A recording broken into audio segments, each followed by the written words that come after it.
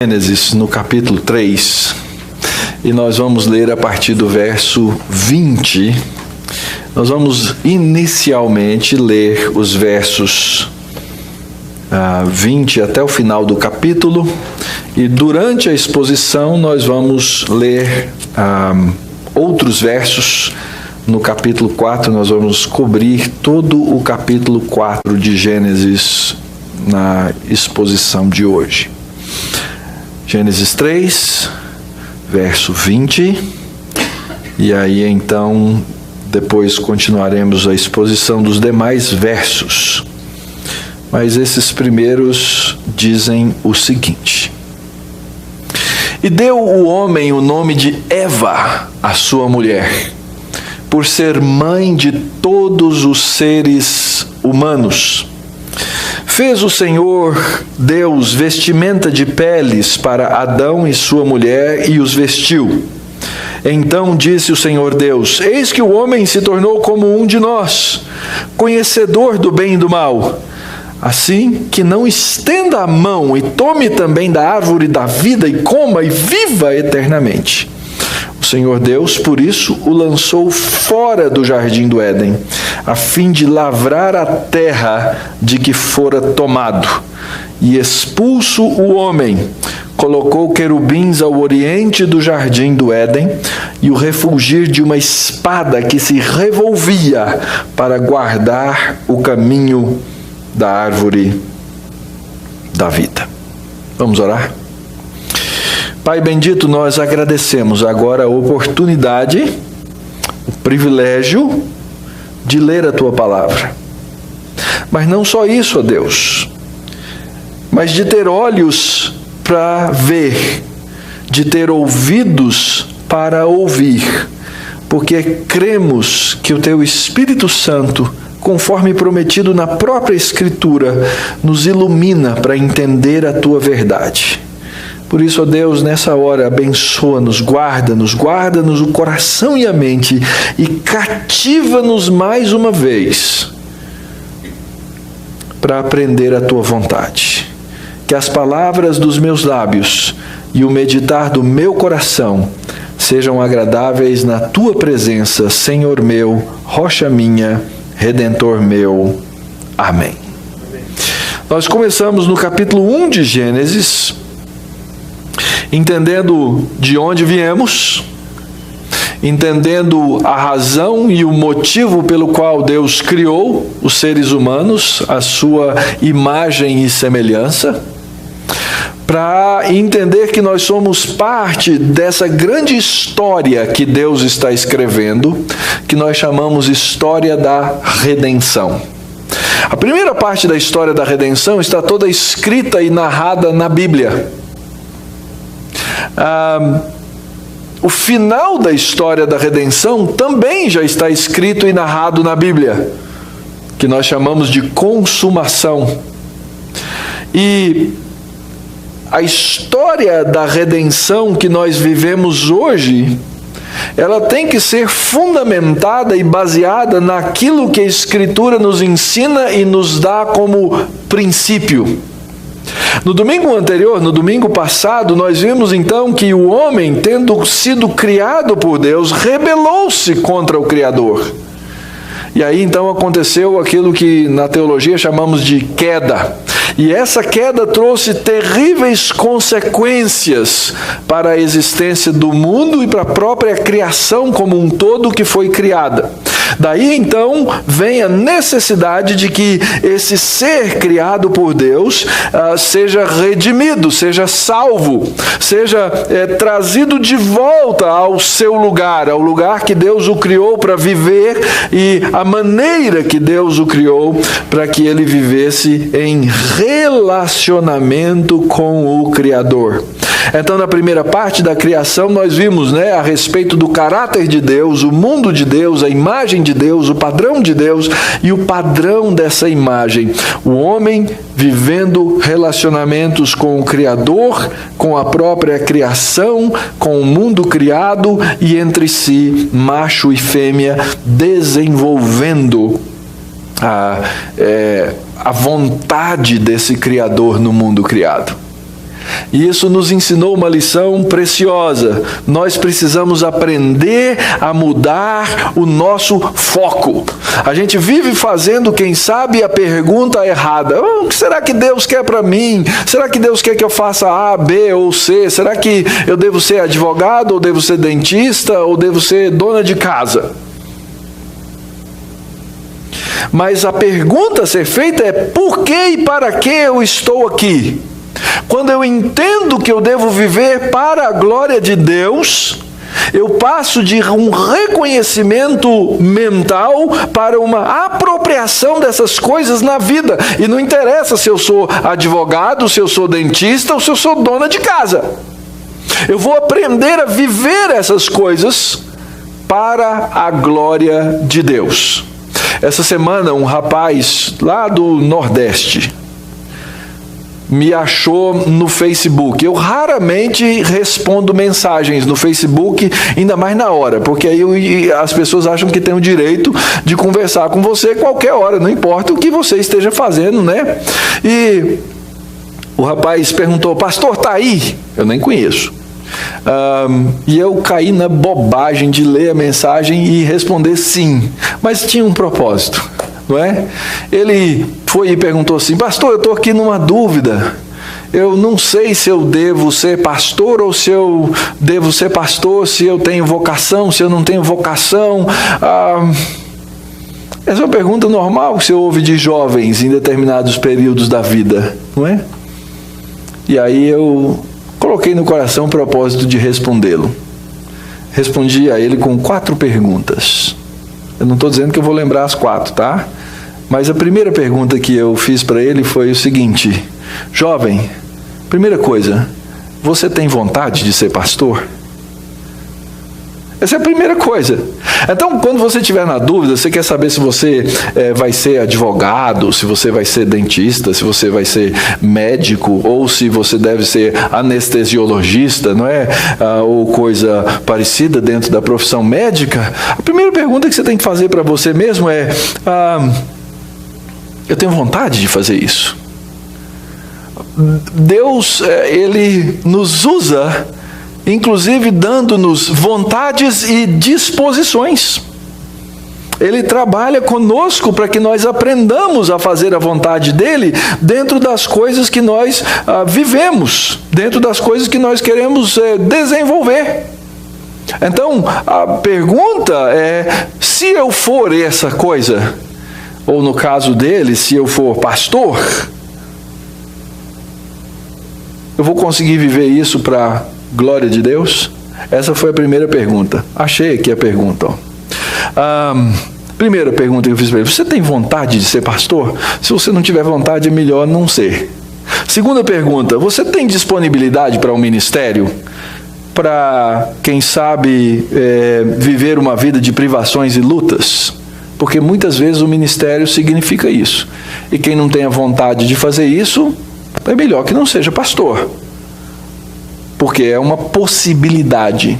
Terceira pergunta que eu fiz para ele: a igreja e as pessoas íntimas ao seu redor reconhecem que você tem dons que incluem o dom de pastorear? E isso é uma pergunta que qualquer um tem que fazer. Será que eu sirvo para ser administrador? Eu costumo dizer que existe vocação, que a gente chama do que diz que é chamado, não é? E existe invocação. Invocação é quando o indivíduo invoca que vai ser um negócio, não tem quem tire isso da cabeça dele, ele diz que eu vou ser, e pronto, não é? Cuidado. Você tem que ter sensibilidade, clareza para fazer essas perguntas. A primeira coisa é: eu tenho dom? Eu tenho condição de ser isso? Para qualquer área, não só para a vida pastoral, não é? E as pessoas reconhecem isso? E por último, eu perguntei para ele: já conversou com o seu pastor e outros pastores da região? Gente que lhe conheça, porque quem te conhece é que vai dizer o que você vai ter condição de ser ou não. Aí a resposta que ele me deu: pastor, eu gosto muito de estudar a palavra e ensinar. Eu amo ir a EBD. Será que isso já é o suficiente? E a resposta é não. Não é o suficiente. Você pode gostar e eu espero que todos os crentes gostem disso. Não é? Não o pastor. Todos os crentes deveriam gostar de todas essas coisas. Gostariam de amar e estudar a palavra, ter a palavra. Então, a pergunta e o foco. Como eu vou viver para cumprir isso que Deus me chamou para ser? E aí, então, na prática, nós desenvolvemos os nossos relacionamentos dentro desse âmbito. Depois nós vimos a respeito da queda e vimos a extensão, os mecanismos, as consequências, a realidade do mundo caído e a graça de Deus na redenção. Se você não esteve domingo passado, você pode assistir, está lá na nossa página do Facebook, tem lá o canal do YouTube, você pode assistir. Então vimos no domingo passado a extensão e os problemas todos da queda, e no final trabalhamos com o nosso famoso desafio. Primeira coisa, se eu não entender a extensão do pecado, eu não vou entender a extensão da redenção que eu recebi. Então eu tenho que entender a Escritura, eu tenho que entender essas consequências terríveis do pecado. Temos que pedir perdão ao Senhor, rogar misericórdia, tenho que confiar na obra de Cristo, e isso aplica-se tanto a quem já é crente, como a quem não é crente, fazer essa pergunta: será que eu posso confiar nesse Evangelho e ser salvo? E agora, Senhor, o mundo está em trevas. A queda aconteceu. Nós vivemos num mundo cercado de coisas malignas. Como é que nós vamos viver como salvos nesse mundo caído? Esse é o exemplo que vamos receber aqui nesses versos que vamos estudar. Eu tenho que entender o mundo no qual eu vivo. Eu tenho que entender o mundo caído para eu poder ser luz e sal nesse mundo quando recebo a redenção. E a primeira coisa é o reconhecimento da graça. É tremendo, queridos, é fantástico quando você lê o texto todo e você observa que as primeiras coisas que acontecem logo no momento da queda são cheias de graça. A primeira delas que levanto com vocês está aí no versículo 8 do capítulo 3, antes do nosso texto, quando Deus aparece no jardim e os homens, verso 8, ouvem a voz de Deus que andava no jardim. Deus não precisava voltar no jardim. Deus não precisava aparecer de novo. Deus não precisava dar as caras. Mas porque Ele é um Deus gracioso e misericordioso, Ele volta ao jardim. E Ele não só volta ao jardim, mas Ele chama o homem. Ele confronta o homem. Ele pergunta ao homem: onde estás?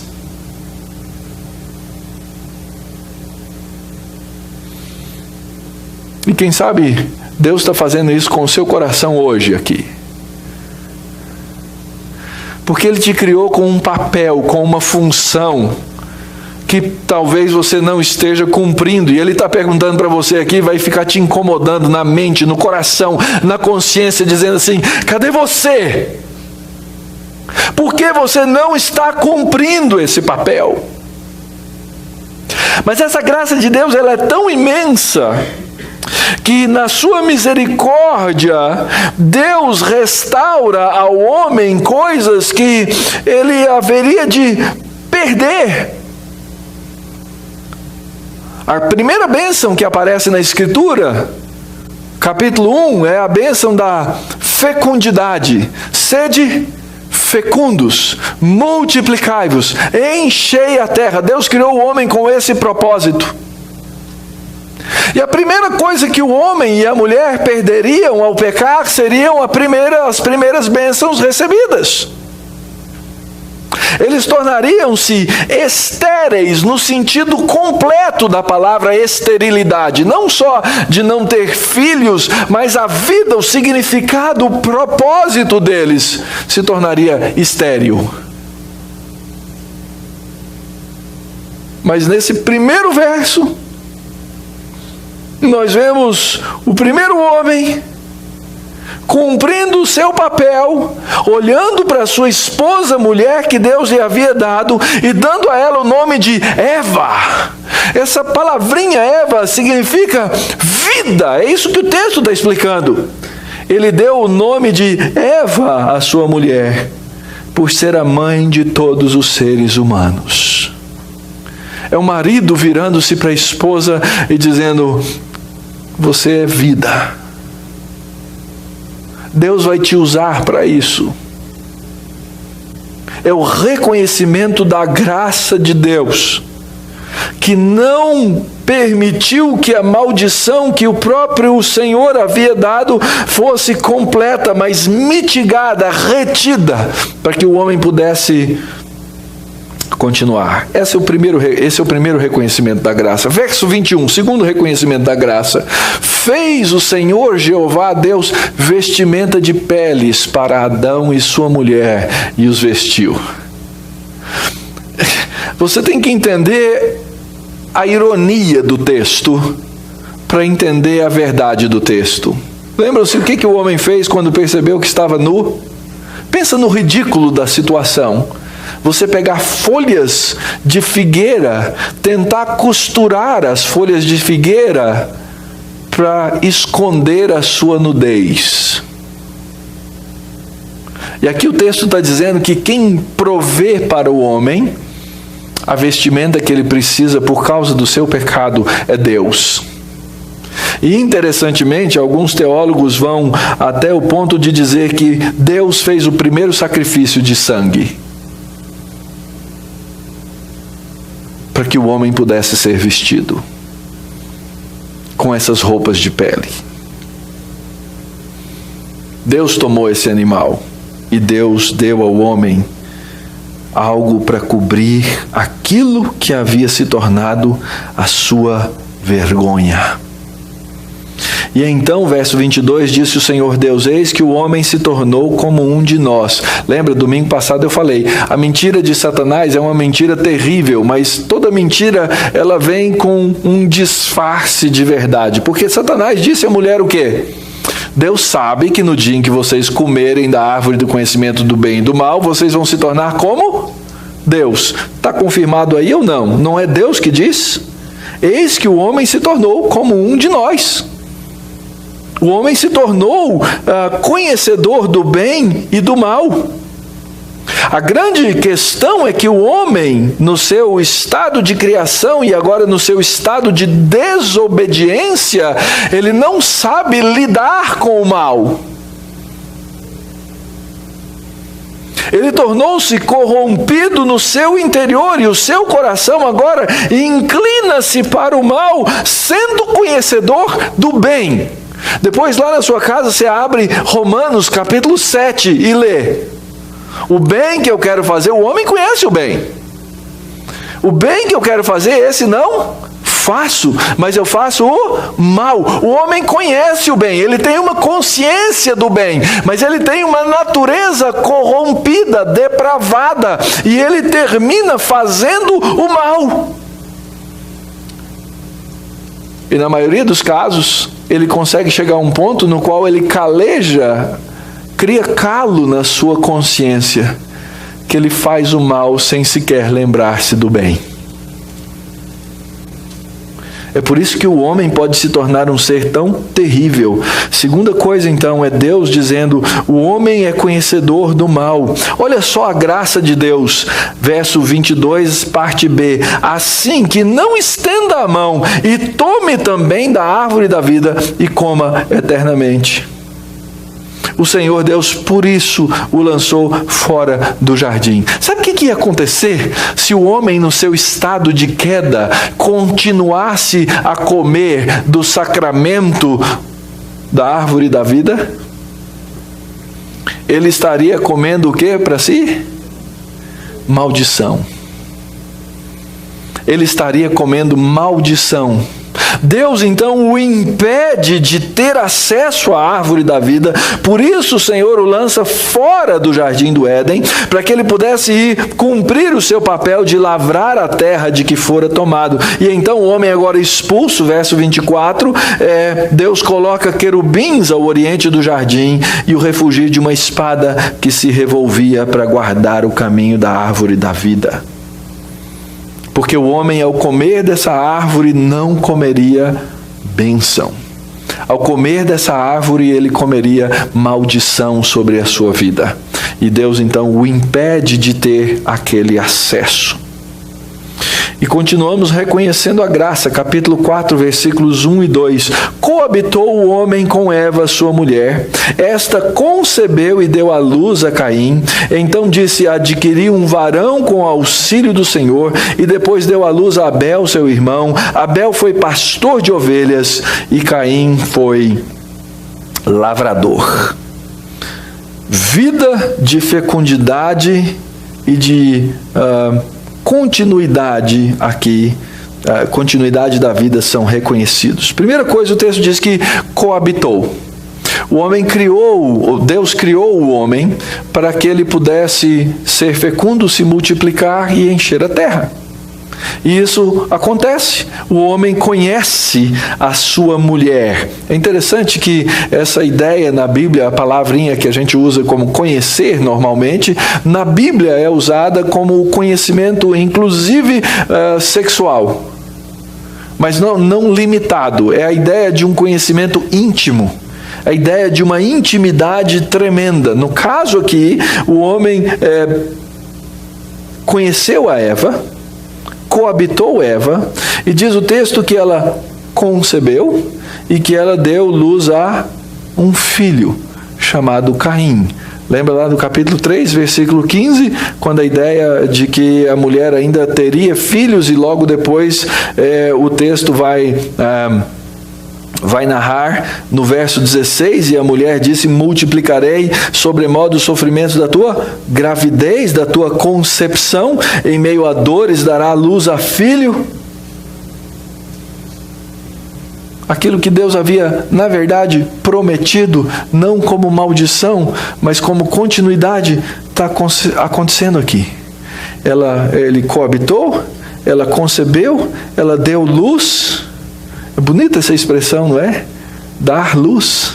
Dar luz é o conceito de trazer vida, de trazer existência, e o reconhecimento de que isso não é um mero processo natural, mas o reconhecimento claro do texto, quando a mulher diz aí no verso: adquiri um varão com o auxílio de Jeová. Não fosse Deus, eu não teria, mas porque Deus permitiu, é que eu tive um filho. E depois deu à luz a Abel, seu irmão, e desenvolve-se aqui, não é? Aquilo que na teologia chamamos de mandato cultural. Eles descobrem as suas profissões. Abel foi pastor de ovelhas e Caim foi lavrador. Vamos imaginar o dilema das duas crianças crescendo? E a pergunta que a gente costuma fazer: Senhor, será que o Senhor quer que eu seja lavrador ou pastor de ovelhas? Qual será que é melhor? E a grande questão, queridos, é que sendo um ou sendo outro, eles deveriam exercer o seu papel na criação para a glória de Deus. Exercer o seu papel na criação para a glória de Deus. E aqui nós vamos fazer uma descoberta que os nossos primeiros pais tiveram que fazer. Nós vamos conhecer aqui as duas sementes. Lembram lá no capítulo 3, no versículo 15, Deus fala para a serpente e diz: porém inimizade entre ti, serpente, e a mulher, e entre a tua descendência, a descendência da serpente, e o seu descendente, o descendente da mulher. Serpente, mulher, descendente da serpente e descendente da mulher. Se a gente lesse até lá, a gente ia ficar na dúvida: de onde vêm essas duas sementes? De onde vão aparecer essas duas sementes? E na continuidade da narrativa, nos versos 3 até a metade do versículo 5, nós descobrimos isso. Aconteceu que no fim de uns tempos, o texto deixa em aberto, trouxe Caim do fruto da terra uma oferta a Jeová. Verso 4, Abel, por sua vez, trouxe das primícias do seu rebanho e da gordura deste. Ou seja, cada um trouxe perante o Senhor uma oferta, e eles trouxeram essa oferta que deveria glorificar o nome de Deus a partir daquilo que eles faziam, da sua vida normal. Diz o texto: agradou-se o Senhor Jeová de Abel e de sua oferta, ao passo que de Caim e de sua oferta não se agradou. Eu sei que esse texto traz conflito ao coração de muita gente, mas por quê? Caim devia ser um indivíduo inocente, fez na maior boa vontade, pegou lá meia dúzia de espigas de milho, pegou as frutas, aquela maçã polidinha, trouxe um pêssego, coisas gostosas. Por que Deus não gostou da oferta de Caim? Essa é a pergunta que a gente faz. Mas você tem que ler o texto na ordem que ele está escrito. O texto diz assim, que Deus agradou-se de Abel. E porque Deus agradou-se de Abel, consequentemente agradou-se da sua oferta. E o verso diz, ao passo que de Caim, Deus não se agradou. Consequentemente, não agradou-se da sua oferta. Há quem diga que o texto, e existe de certa forma essa ênfase no texto, porque o texto diz que Abel, por sua vez, trouxe das primícias do seu rebanho, da melhor parte do seu rebanho. E talvez Abel tivesse trazido aí uma oferta mais ou menos, umas coisas meio, umas frutas já passadas e tal, e Deus então não gostou. Não é essa a ideia. Talvez até fosse, mas até fossem coisas assim, porque o texto diz da primícia, do melhor, do primeiro, enquanto que Abel não fez questão nenhuma de trazer essas coisas, que Caim não fez questão nenhuma de fazer essas coisas. Então, aparentemente, a oferta estava revelando o coração, e não vice-versa. Então Deus agrada-se de um e não agrada-se de outro. E a partir do desenvolvimento então da história e da narrativa, é que nós vamos descobrir a diferença entre as duas sementes. Então, meu terceiro ponto é que o texto vai mostrar agora e revelar na sequência da narrativa a chamada semente da serpente. O que é essa semente da serpente? Verso 5b, a segunda parte do verso 5 até o 7. Irou-se, pois, sobremaneira Caim e descaiu-lhe o semblante. Aquela cara que mostra que havia ira. Acho que das ilustrações contemporâneas que a gente tem, a que melhor ilustra é o Buzz Lightyear. Lembram do Buzz Lightyear, como é que ele andava assim, né? Semblante descaído, olhando para baixo. Não tinha horizonte, não tinha visão, mas cheio de ira, descaiu-lhe o semblante. Então Deus virou-se para Caim e disse para Caim: Caim, você é responsável. Por que é que você anda irado? Por que te descaiu o semblante? Não é verdade, verso 7, se você proceder bem, não é que será aceito? E se todavia procederes mal, eis que o pecado jaz à porta. Essa é a realidade da raça humana. O pecado está batendo na porta. O seu desejo será contra ti, mas você tem que dominar, você tem que tomar conta desse desejo mal. Porque o homem tornou-se conhecedor do bem e do mal. E aqui vem a história da graça, queridos. E nós descobrimos que em toda a raça humana, não há homem que consiga, que possa, que saiba fazer o bem. Não é isso que vai nos ensinar o livro dos Salmos? Não é o livro dos Salmos que o apóstolo repete lá em Romanos capítulo 3? Não há um que faça o bem, não há um justo sequer. Então por que Abel consegue chegar diante de Deus e ser aceito, e Caim chega diante de Deus e não é recebido e não é aceito? Qual a diferença dos dois? E aqui vem a grande resposta da teologia em toda a Escritura, que muita gente não gosta, que é a doutrina da eleição. Que é a doutrina da eleição. Um foi rejeitado, o outro foi salvo, o outro foi acolhido, a oferta foi recebida, porque Deus, na sua misericórdia, providenciou para este um Redentor.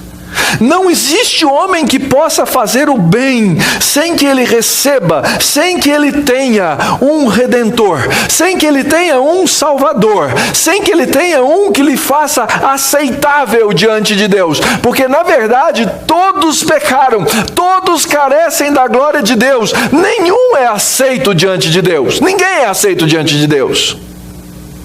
Se você ainda acha que no seu coração, que na sua vida tem bondade suficiente para você chegar diante de Deus e dizer: Deus, eu tenho aqui uma série de qualidades, o Senhor não podia me receber com elas? Não, Deus não vai te receber com nenhuma das suas qualidades, porque as suas qualidades estão maculadas pelo pecado, manchadas pelo pecado.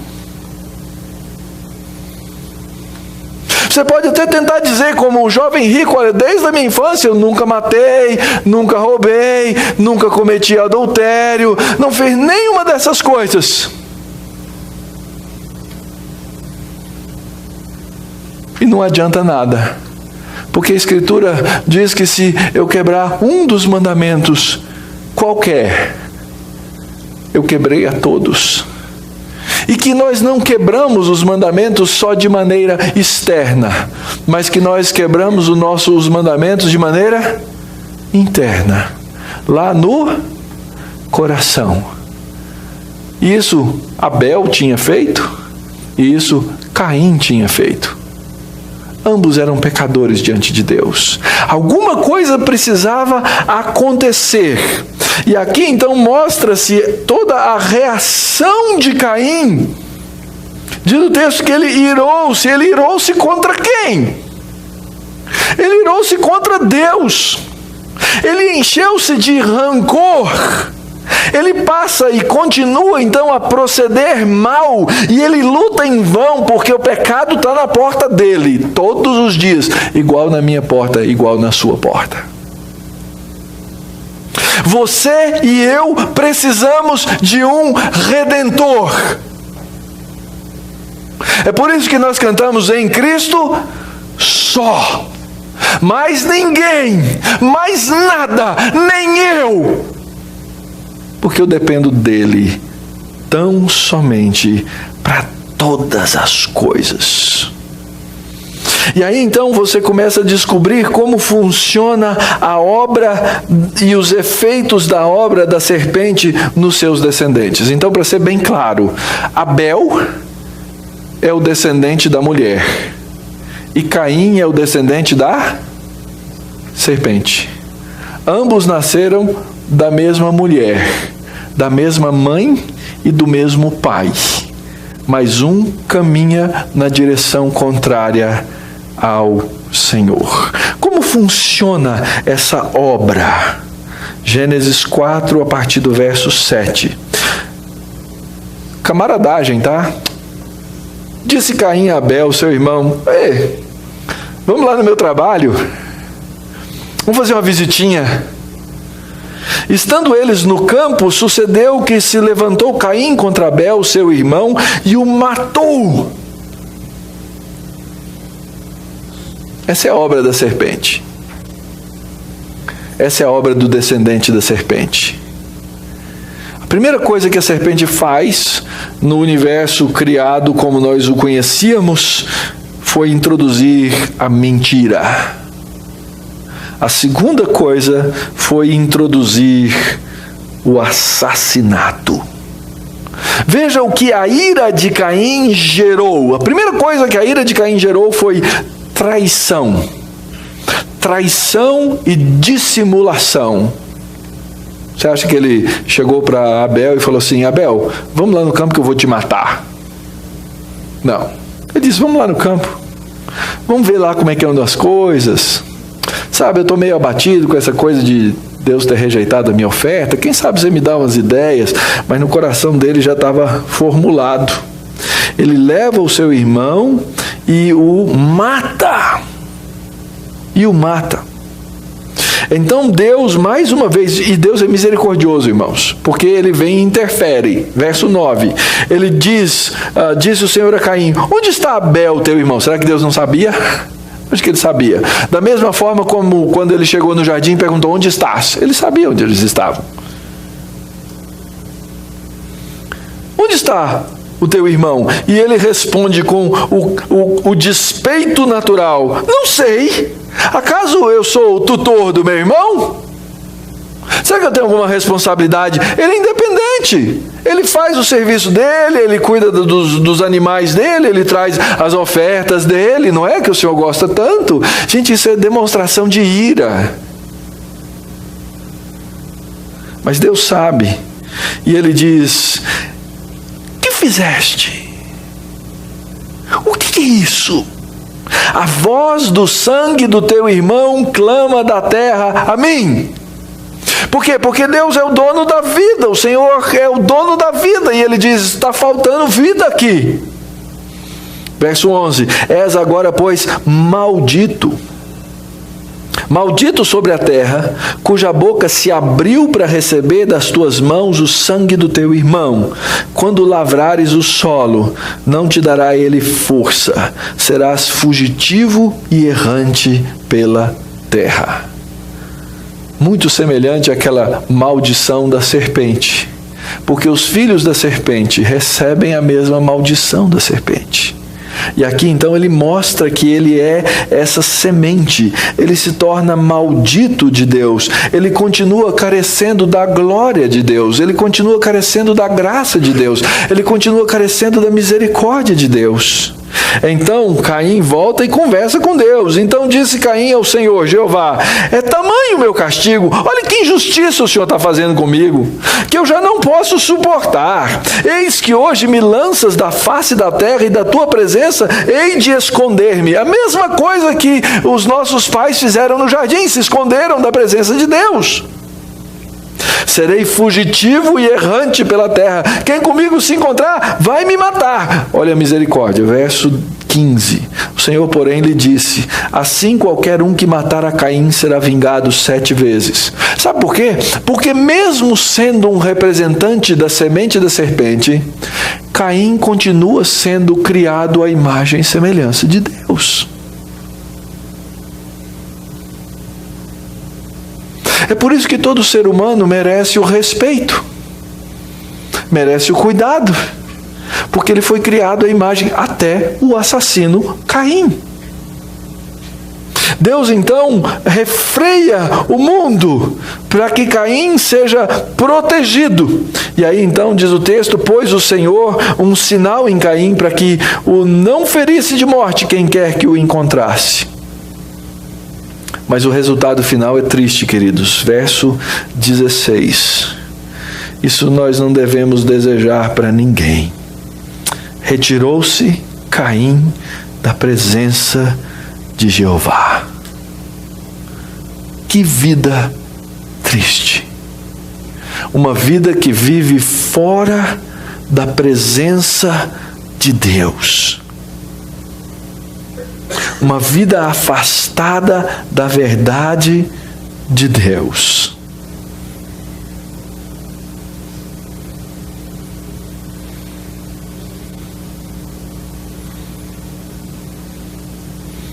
Grande notícia do Evangelho que tem solução para isso. É que Deus, na sua misericórdia, vai e chama a gente para ser parte de outra semente. É fantástico esse Evangelho. Fantástico esse Evangelho. Deus tira gente que é descendente da semente da serpente e adota na outra semente e faz filhos. Que evangelho maravilhoso! Que evangelho tremendo! Que boa notícia! Essa santa e bendita continuidade.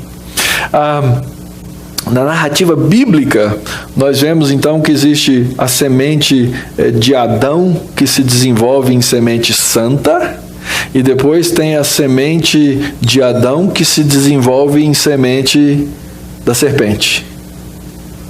E era de se esperar então que todo mundo que nasce dessa semente santa, que vai ser de Noé, depois fosse crente, fosse gente que teme a Deus.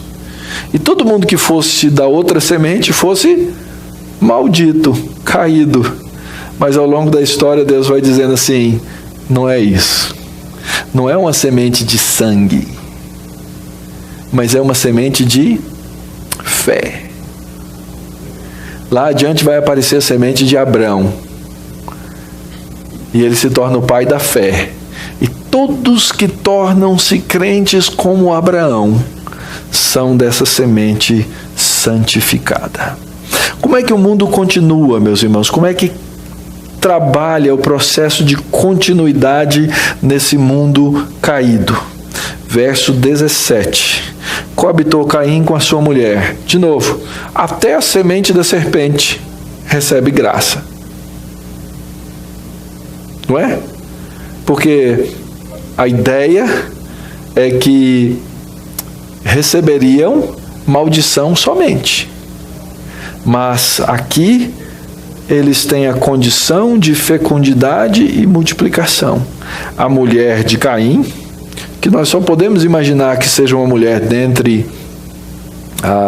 as irmãs que nasceram, não é? Concebeu e deu à luz a Enoque. E Caim edificou uma cidade e lhe chamou Enoque, o nome de seu filho. A Enoque nasceu-lhe Irade, Irade gerou Meujael, Meujael a Metusael e Metusael a Lameque. Lameque tomou para si 2 esposas, e aqui nós começamos a ver a deterioração dos mandatos de Deus. No capítulo 2, nós vimos que a ordem de Deus era para que o homem tomasse a sua mulher e os dois tornassem-se uma só carne. Aqui começa a formação deve ser picadinho, né? Ele toma uma mulher, toma outra mulher, e os homens começam a fazer isso. Ele toma outra mulher, toma 2 esposas, e o nome de uma era Ada e outra se chamava Zila. Ada deu à luz a Jabal, esse foi o pai dos que habitam em tendas e possuem gado. O nome do seu irmão era Jubal, esse foi o pai de todos os que tocam harpa e flauta. E Zilá, por sua vez, deu à luz a Tubal-Caim, artífice de todo instrumento cortante de bronze e de ferro. A irmã de Tubal-Caim foi Naamá. E aqui então vemos o desenvolvimento. Primeiro, Deus mantém a bênção do casamento e fecundidade para a raça, naquilo que nós chamamos de graça comum. Graça comum. Segundo, ao homem é mantida a capacidade de desenvolvimento e domínio parcial. Ele edifica uma cidade, ele tem que ter alguma habilidade, ele tem que ter condições de fazer isso. Mas o homem perverte os mandatos de Deus, e logo aqui no comecinho nós vemos a poligamia. E daí vai se desenvolver todos os outros tipos de perversões. Vemos aqui que o homem é capaz de desenvolver a tecnologia e a arte. Vemos aqui agropecuária. Vemos aqui o fundador do sindicato dos metalúrgicos, não é? Tubal-Caim. Tinha que estar desse lado, não é? Mas desse lado também estão os músicos.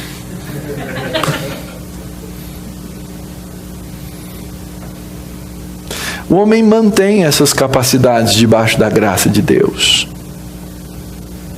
E ele pode usar todas essas coisas para o bem ou para o mal. Só que sem um redentor, ele as usa para o mal. Ele as usa para o mal. Como é terrível, né?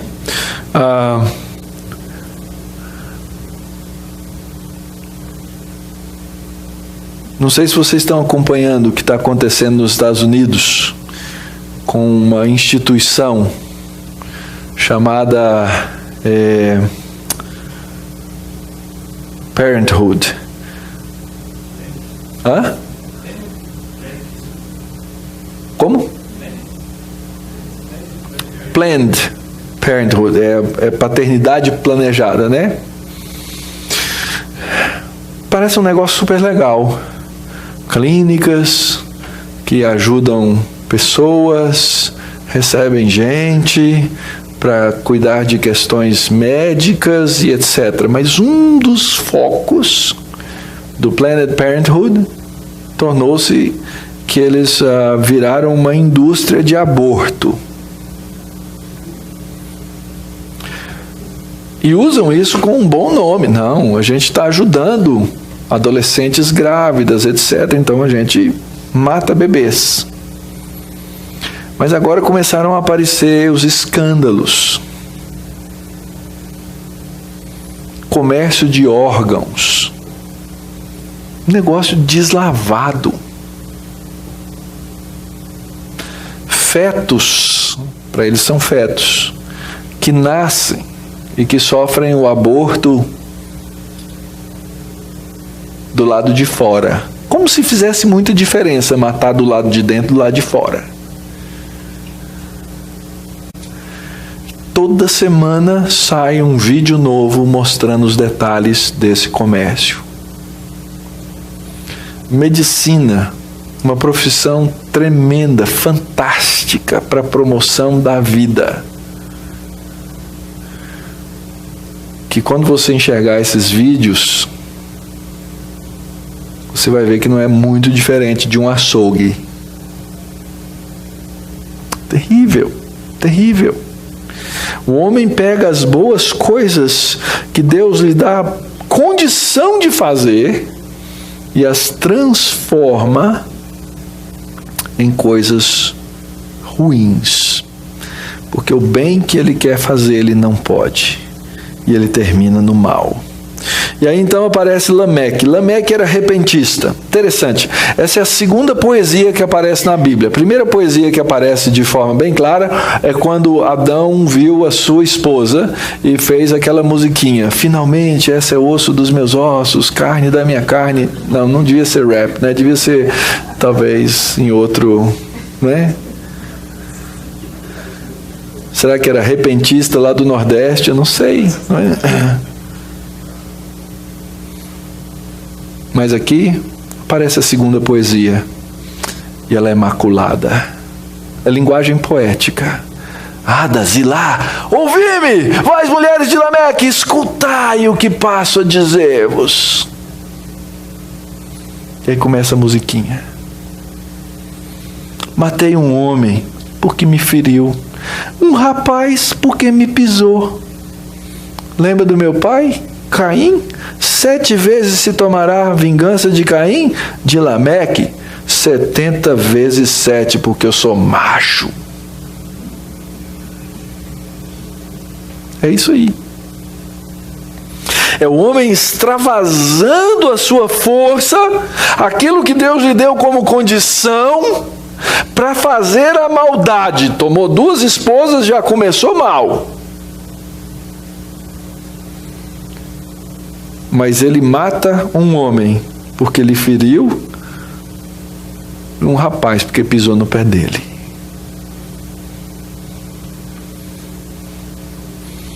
Imagem contemporânea? Dá um tiro no cara por causa de um tênis. Entra na loja e mata alguém por causa de R$100. Daí surge um princípio geral que é lei de Deus e que vale até hoje. Olho por olho, dente por dente, vida por vida. Isso é usado nas constituições contemporâneas, chama-se a proporcionalidade retributiva entre o crime e a pena. E aí, gente, como é que vivemos nesse mundo caído? E aqui, então, no final do texto, surge a luz da esperança. Verso 25. Tornou Adão a coabitar com a sua mulher, e ela deu à luz um filho, a quem pôs o nome de Sete, porque disse ela: Deus me concedeu outro descendente, outra semente, no lugar de Abel, que Caim matou. Lembra, eu expliquei domingo passado. A mulher Eva, ela não perdeu um filho, ela perdeu 2 filhos. O primeiro morreu assassinado, o segundo foi expatriado. E se ela vivia na presença do Senhor, o filho não vivia. Entendam bem, lá no comecinho do capítulo nós vimos que ambos, Caim e Abel, vieram prestar culto a Deus. Como é que eles sabiam que tinham que prestar culto a Deus? Como é que eles sabiam que tinham que trazer ofertas diante de Deus? Porque os pais lhes haviam ensinado isso, e eles tinham aprendido isso de quem? De Deus. E naquele dia, Dona Eva perdeu 2 filhos. Filhos nas quais ela havia depositado a esperança. Provavelmente quando Caim nasceu, ela pegou a criança no colo, não é? Olhou para ele e falou assim: ah, gente, esse menino vai matar aquela serpente miserável. Porque esse era o desejo, essa era a esperança, essa tinha sido a promessa de que o descendente dela mataria o descendente da serpente. Mas aquela esperança perdeu-se. E agora reacende a esperança, verso 26, a Sete, ao qual pôs o nome de Enos. Esse nasceu. E aí daí se começou a invocar o nome do Senhor. Meu texto ali bagunçou, né? Mas na sua Bíblia deve estar certo. A Sete, ao qual pôs o nome de Enos, e daí se começou a invocar o nome do Senhor. Já expliquei para vocês, essa expressão começou a invocar, aparece uma vez só em todo o texto da Bíblia no Antigo Testamento. Então a gente não tem a absoluta certeza de como interpretá-lo. Mas o fato é que havia adoração, e a adoração agora é continuada. A grande diferença, queridos, entre Caim e Abel é que Abel era crente. Está lá no livro de Hebreus. O livro de Hebreus, no capítulo 11, diz que ele foi o primeiro mártir da fé. Ele morreu por aquilo que ele cria.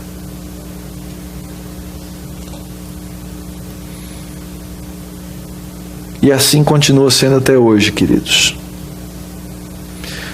Nós precisamos entender algumas coisas para fazer algumas coisas. A primeira delas, nós temos que entender que nós vivemos em um mundo cercado de pecado.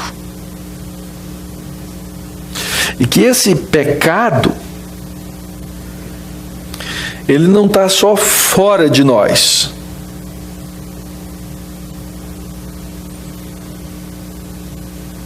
Ele também habita em nós. Por causa da nossa descendência, desse primeiro pai Adão, que resolveu desafiar a Deus. Nós não somos assim. Deus fala: viva dessa maneira, faça essas coisas. E nós desacatamos a Deus todos os dias. Pergunta simples: você tem que falar a verdade ou a mentira? Pode falar. E você só fala a verdade 100%, garantido. então você peca contra Deus. Deus diz o que você tem que fazer e você não faz. Deus me diz o que eu tenho que fazer e eu não faço. Deus diz que você tem que ser fiel e você vai me garantir que 100% do tempo, em todas as coisas, você é absolutamente fiel. Não minta para Deus. Não minta para você mesmo. Nós vivemos num mundo cercado de pecados e um pecado que habita em nós. Mas Deus é tão bom. Eu coloquei essas perguntinhas aí para nós pensar. De onde você veio, hein? Se eu for contar a história de alguns personagens da minha família, e eu sei muito pouco, às vezes a gente conta rindo, é coisa do passado, né? Mas é uma vergonha. Uma vergonha. Não tenho a menor dúvida de que minhas gerações anteriores e anteriores e anteriores viveram e muito tempo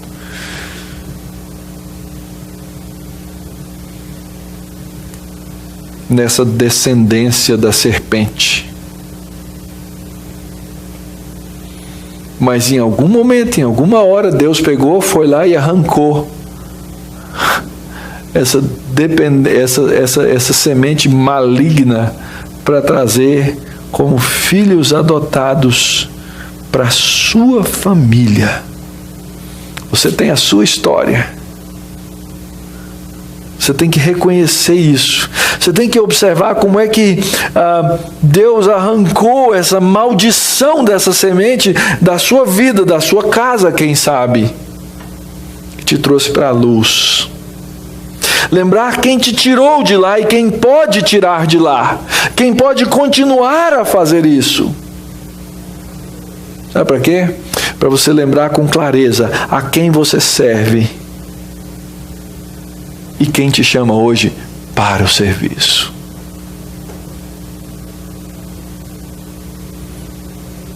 E quando a gente vê Deus tendo feito essas coisas tremendas, maravilhosas, a gente volta o olho, a gente volta o foco, a gente volta o coração para Deus e reconhece: ah, Deus, como o Senhor é bom!